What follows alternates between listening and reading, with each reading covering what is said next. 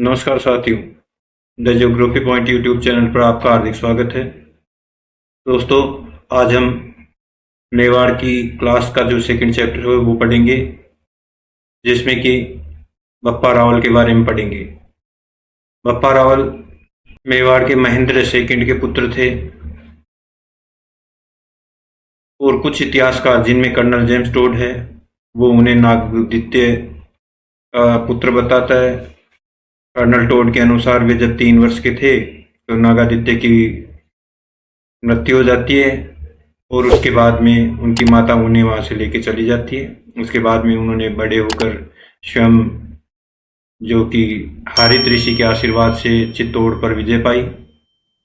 तो बप्पा रावल का जो शासनकाल रहा है वो राज प्रशस्ति के अनुसार 734 ईस्वी में है और ऐसा बताया जाता है कि हारित ऋषि के आशीर्वाद से उन्होंने जो चित्तौड़ के राजा मानमोरी थे उनको हराकर चित्तौड़ पर अपना शासन स्थापित किया तथा उसके बाद में 734 से 753 ईस्वी तक वे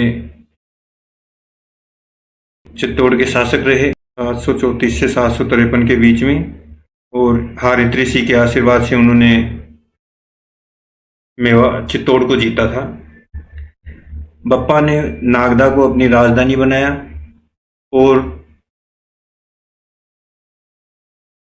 बप्पा ने कैलाशपुरी में एक लिंग जी, जो कि लकुलिश संप्रदाय का है, वहां मंदिर का निर्माण करवाया। एक लिंग जी गोहिल वंश के कुल देवता हैं, जो कि हमने पिछले चैप्टर था उसमें हमने बताया था कि वे एकलिंग जी को अपना कुल देवता मानते हैं। नेक्स्ट, गौरीशंकर हीराचंद ओझा के अनुसार बप्पा का वास्तविक नाम कालभोज था। बप्पा कालभोज की उपाधि थी। वीर विनोद के रचनाकार कवि राजा श्यामल दास ने बप्पा किसी राजा का नाम ना हो कि बप्पा उसकी उपाधि बताई या उनका खिताब बताया। वास्तव में बप्पा एक पिता के लिए या बाप के लिए ये शब्द यूज किया जाता है, जिसमें कि दक्षिण राजस्थान में विशेषकर बाप जी या बाप शब्द का प्रयोग किया जाता है।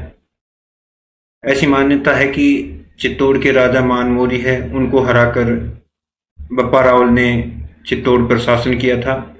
और एक अन्य यह है कि मोहम्मद बिन कासिम ने चित्तौड़ पर आक्रमण किया था। उस वक्त बप्पा रावल ने ये चुनौती स्वीकार की और उन्हें भगाते हुए, सिंध से भगाते हुए उन्हें वर्तमान काबुल है वहां तक लेके गए थे। इसीलिए इतिहासकार सीवी वेद ने उनकी तुलना चार्ल्स मार्टल से की है, जो कि चार्ल्स मार्टल फ्रांसीसी सेनापति था जिसने यूरोप में सर्वप्रथम मुसलमानों को पराजित किया था। इसलिए इतिहासकार सीवी वेद ने उनकी तुलना चार्ल्स मार्टल से की है। फ्रांसीसी सेनापति थे चार्ल्स मार्ट। जब यूरोप और अरब देशों में धर्म का युद्ध हो रहा था, तो उस वक्त की ये घटना है जब फर्स्ट टाइम चार्ल्स मार्ट ने मुसलमानों को हराया था। उस वक्त धर्म युद्ध में चल रहा था कि मुसलमानों का धर्म अच्छा है या क्रिश्चियन धर्म अच्छा है, तो उनमें धार्मिक युद्ध चल रहे थे। उस वक्त की ये कहानी है कि चार्ल्स मार्टल ने फर्स्ट टाइम मुगलों को हराया था। मुगलों को नहीं, मुसलमानों को हराया था, जो कि अरब में थे। तो उनकी चार्ल्स मार्टल से तुलना बप्पा रावल की है सीवी वेद ने। 712 ईस्वी में सिंध पर मोहम्मद बिन कासिम ने आक्रमण किया था और सिंध पर अधिकार कर लिया। बप्पा रावल ने मोहम्मद बिन कासिम का पीछा किया और उससे लड़ते हुए उसको गजनी तक भगा के लेके गए और गजनी के राजा को मारकर अपने भांजे को वहां का राजा बनाया। उस वक्त गजनी का राजा सलीम था। और जब वापस आ रहे थे तो वर्तमान पाकिस्तान में रुके, जहां पर आज रावलपिंडी शहर है। तो जिस समय वहां पे रात को डेरा लगा था उनका, तो पंजाब में पिंड को, वर्तमान जो रावलपिंडी है वो पहले पंजाब का क्षेत्र हुआ करता था, उसमें, या यूं कहे आज के पंजाब में भी जो गांव को हनपिंड बोलते हैं, तो बप्पा रावल रुके और पिंड में रुके, तो बप्पा रावल का नाम से रावलपिंडी वो शहर आज भी पाकिस्तान में है।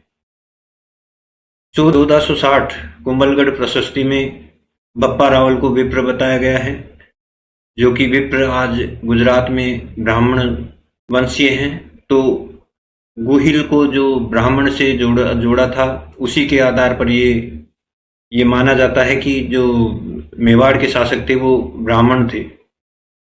आठपुर के लेख में कालभोज बप्पा को सूर्य के समान तेजस्वी एवं आबू अभिलेख में अपने वंश की शाखा के मुकुटमणि के सदृश बताया है।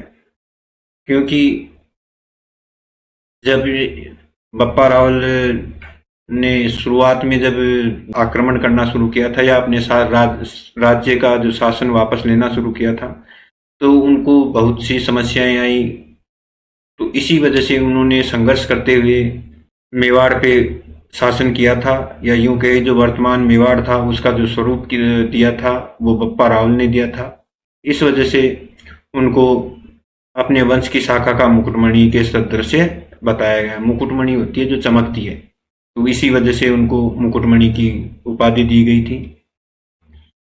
उन्हें हिंदू सूर्य, क्योंकि इन्होंने जब बप्पा रावल थे तो मुसलमानों को हिंदुस्तान में प्रवेश नहीं करने दिया था, इसलिए उनकी उपाधि हिंदू सूर्य की हुई।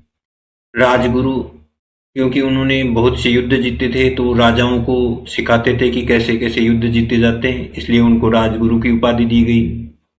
और चकवे, चकवे का मतलब होता है चक्रवर्ती, कि उन्होंने सभी दिशाओं में, इधर उत्तर में पश्चिम में मुगलों को हराया, दक्षिण में जो सोलंकी राजा थे उनको हराया, मालवा में इन्होंने अपना अधिकार किया। तो इनको चक्रवर्ती सम्राट की उपाधि मिली गई थी, तो इसलिए इनके लिए चकवे शब्द का प्रयोग किया गया है। बप्पा के काल के स्वर्ण और तांबे के कुछ सिक्के मिले हैं, और जो स्वर्ण के सिक्के मिले हैं उनका वजन 115 ग्रेन था। हारित ऋषि पाशुपति संप्रदाय के साधु थे, तो हारित ऋषि का जो संप्रदाय था उसी संप्रदाय को बप्पा रावल ने अपनाया गया था। तो बप्पा रावल भी पाशुपत संप्रदाय से ही बिलोंग करते हैं। बप्पा रावल ने मेवाड़ में गुहिल साम्राज्य की नींव डाली, क्योंकि बप्पा रावल से पहले कर्नल टोड के अनुसार नागादित्य की मृत्यु हो जाती है, तब ये 3 वर्ष के थे। तो इन्होंने अपने दम पर या अपने स्वयं के सूझबूझ और पराक्रम से इन्होंने मेवाड़ को वापस खड़ा किया था। अतः इसे गुहिल साम्राज्य का वास्तविक संस्थापक भी माना जाता है।